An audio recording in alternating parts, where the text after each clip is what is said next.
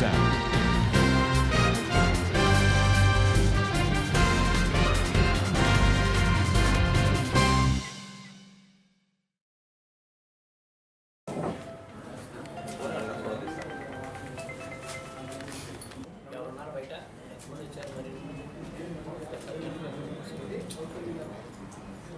విశాఖపట్నం కోసమే నేను ఈ ప్రాజెక్టు తయారు చేశానండి.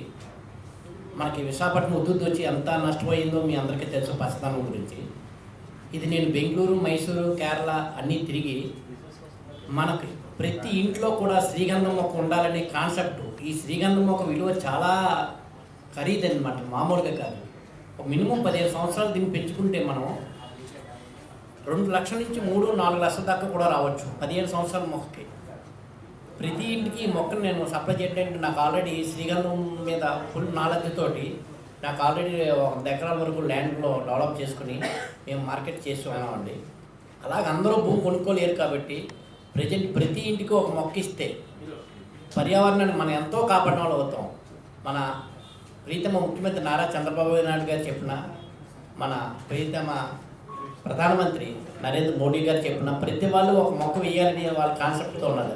దాన్ని ఆధారంగా చేసుకుని నేను ప్రతి ఇంటికి మొక్క ఇచ్చించో దానికి మినిమం నేను ఖరీదుతో చేసి పంపిస్తున్నాను. దీంట్లో లాభం ఆశించి ఖరీదు లాభంతో సంబంధించిన వ్యాపారం కాదు. నాకు గ్రీన్ రిస్క్ డెవలప్మెంట్ కోసం అండ్ ఓల్డ్ ఏజ్ దానికోసం ఒక్కొక్క సంస్థకి 5 సంస్థలు పట్టుకున్నాను. సంస్థకి ఒక మొక్క మీద వచ్చింది 15 రూపాయలు చొప్పున 5-15 75 రూపాయలు దీనికోసం పక్కన పెడుతున్నానండి. కేవలం ఇది దాన్ని డెవలప్ చేయడం. ఇంకా నాకు వచ్చే 75 రూపాయలు కూడా ఇది బిజినెస్ అనుకున్నంత ఎక్కువగా వెళ్తేనే ఆ 75 వస్తే కదా తిరిగి నాకు ఇంకో 70 రూపాయలు చేతి పడిన ఆశ్చర్యం అవసరం లేదండి.